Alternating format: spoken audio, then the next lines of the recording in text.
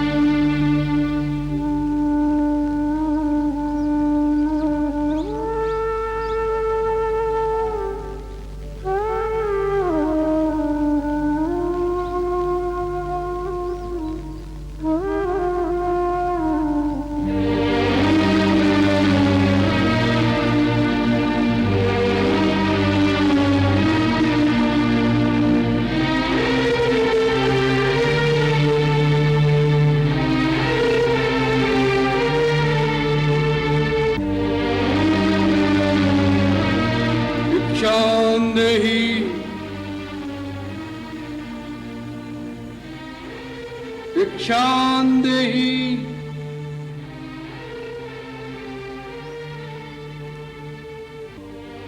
भिक्षान्देहि भिक्षान्देहि भिक्षान्देहि। प्रणाम महात्मन। कल्याण हो देवी। हम बहुत दूर से आए हैं और भूखे हैं।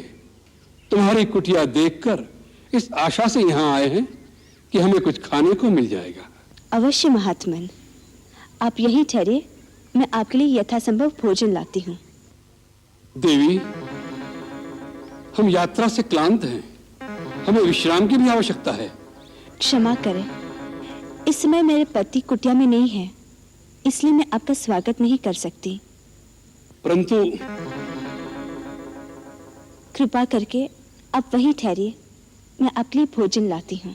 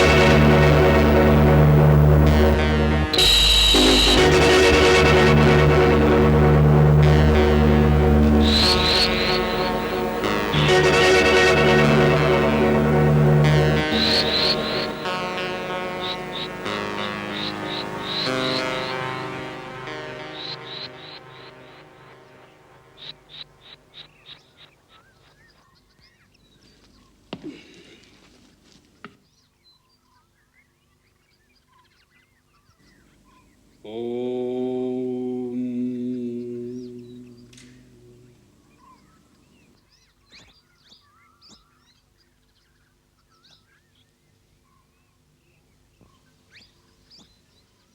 मेरी आपसे विनती है, किसी भी परिस्थिति में राम भैया के आने तक आप अपने चरण इस रेखा से बाहर न रखें। मुनिराज, मैं आपके लिए भोजन लाई हूँ, ये लीजिए।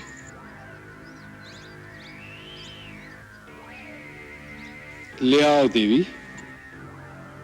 कृपया आप ही को यहाँ आना होगा। अब तो हमने आसन जमा लिया है, यात्रा से थके हुए हैं, बार बार उठा नहीं जाता। जो कुछ देना है यही ले आओ। भगवान, मैं इस सीमा से बाहर नहीं आ सकती, आप ही को कष्ट करना होगा। देवी, तुमको आर्य कन्या नहीं लगती? द्वार पर आया हुआ अतिथि भगवान का रूप होता है, और तुम हमारा तिरस्कार कर रही हो। नहीं नहीं अतिथि देवता, मेरे वहां न आने का कारण आपका तिरस्कार करना नहीं। वास्तव में मेरे देवर मेरी सुरक्षा के लिए एक सीमा की रेखा खींच गए हैं और अपनी शपथ देकर कह गए हैं, मर्यादा की सीमा को त्याग कर बाहर न जाना। इसलिए मैं बाहर नहीं आ सकती। कृपा करके आप मेरी बात का बुरा न माने। बस, बहुत हो चुका। तुम बार बार हमारा तिरस्कार कर रही हो। पहले हमें कुटिया के अंदर आने से रोक दिया, और अब दूर से खाना दे रही हो, जैसे हम कोई पशु पक्षी हो। ऐसा व्यवहार नीच जाति के लोगों से किया जाता है। कोई संत महात्मा द्वार पर आ जाए तो बड़े आदर से स्वयं उसके पास जाकर उसके चरण छूकर भिक्षा दी जाती है। ठीक है, हम तुम्हारे द्वार से भूखे ही चले जाएंगे, लेकिन इस अपमान के बदले हम तुम्हें श्राप देंगे। नहीं नहीं मुनिराज, मुझ पर दया कीजिए। मुझे अपनी पुत्री के समान समझकर मेरी समस्या और विवशता को समझने की चेष्टा कीजिए। हम सब समझते हैं, सब कुछ जानते हैं। हम त्रिकालदर्शी हैं। मूर्ख स्त्री, हम सब देख रहे हैं। तुम्हारा पति इस समय एक स्वर्ण मृग का शिकार करने वन में भागा भागा फिर रहा है। वह स्वर्ण मृग अपने सींग से तुम्हारे पति को एक बार आहत कर चुका है, फिर भी तुम्हारा पति उसके पीछे भाग रहा है। हम श्राप देते हैं कि वही स्वर्ण मृग अपने तीखे सींगों द्वारा तुम्हारे पति को। नहीं नहीं, अब मुझे श्राप मत दीजिए, मैं वहीं आती हूँ। आप मेरे पति को श्राप मत दीजिए, मेरे श्राप मत दीजिए।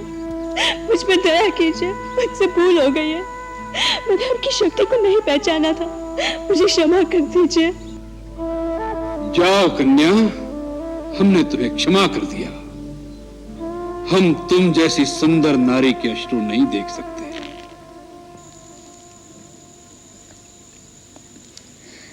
मैं मिथिला नरेश महाराज जनक की पुत्री हूँ।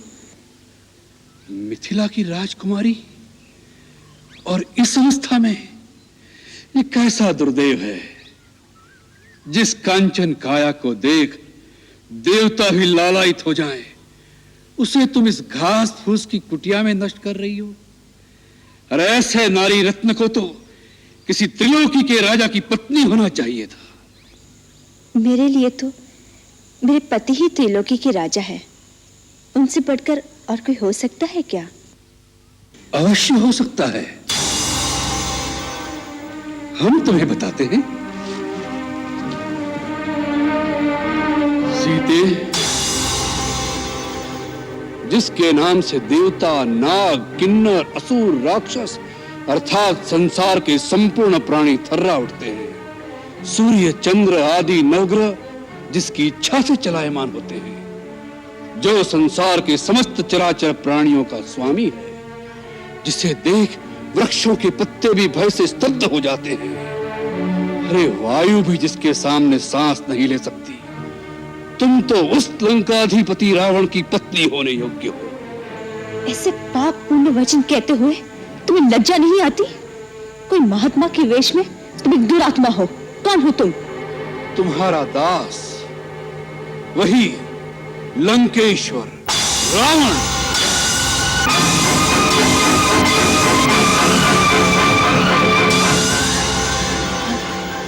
हाँ, रावण, जिसे तुम्हारी कामना ने इतना आतुर कर दिया है कि स्वयं तुम्हारे द्वार पर भिक्षा मांगने आया है। सीते, आज तुम्हारा भाग्योदय हो गया। कल से हमारे राजमहल में 5000 स्त्रियां पटरानी की भांति तुम्हारी सेवा करेंगी। धूर्त, तुमने ये कैसे सोच लिया कि तुम अपने वैभव का बखान करोगे और सीता तुम्हारे साथ चल देगी? तुम इसी समय यहाँ से चले जाओ, नहीं तो मेरे पति एक ही बाण में तुम्हें तुम्हारी लंका सहित जला के भस्म कर देगी। तुम जिस पति का मान करती हो वह तो धरती पर रेंगने वाला एक मानव मात्र है। हम जिन राक्षसों के राजा हैं वह तो इन मानवों को फल मूल की भांति अपना आहार समझते हैं। तुम हम लोगों की शक्ति को नहीं जानती। जानती हूँ। खर और दूषण भी तुम्हारे ही भाई थे ना, जिन्हें रघुवर ने आन की आन में समाप्त कर दिया था। तुम्हारा ये साहस, एक गीदड़ होकर सिंघने की कामना कर रहे हो। तुम्हारा अंत समय आ गया है। यदि प्राण प्यारे हो तो अभी समय है, चला जाए यहाँ से। हमारा ऐसा अपमान करने का साहस आज तक किसी ने नहीं किया। इसका परिणाम जानती हो? और एक पतिव्रता सती की ओर ऐसी कुदृष्टि डालने की मूर्खता भी किसी ने नहीं की होगी। इसका परिणाम जानते हो? तेरा ही नहीं, तेरे सारे कुल का सर्वनाश हो जाएगा। मूर्ख, हट जा मेरे सामने से। फिर से उस रेखा के अंदर जाना चाहती है? स्त्री एक बार अपनी मर्यादा की रेखा से बाहर आ जाए, फिर उसका वापस जाना असंभव हो जाता है। सीते, अब तुम्हें रावण के हाथों कोई नहीं बचा सकता। इसलिए चुपचाप अपनी सम्मति से मेरे साथ चलो। लक्ष्मण, आर्या, कहाँ? भैया लक्ष्मण।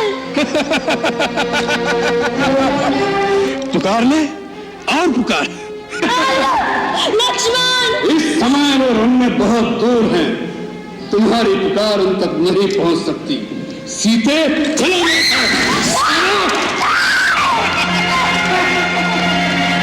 सीते, सीते।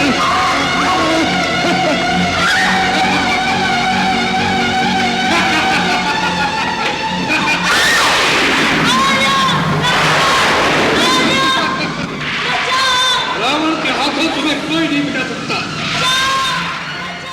राम सिया की जोड़ी है अनुपम रूप, माँ सीता है छाया, रघुनंदन है धूप। मुनि बनकर आया रावण उनके द्वार, लेकिन ना कर पाया लक्ष्मण रेखा पार। विचलित होकर उसने फेंका ऐसा जाल, समझ सकी ना सीता रावण की वह चाल। अगर दशानन ना करता माँ सीता का हरण, अगर चला बह जाता रघुनंदन की शरण, तो दुनिया ना गाती उसका यूं अपयश। रावण नाम न लगता कानों को कर्कश।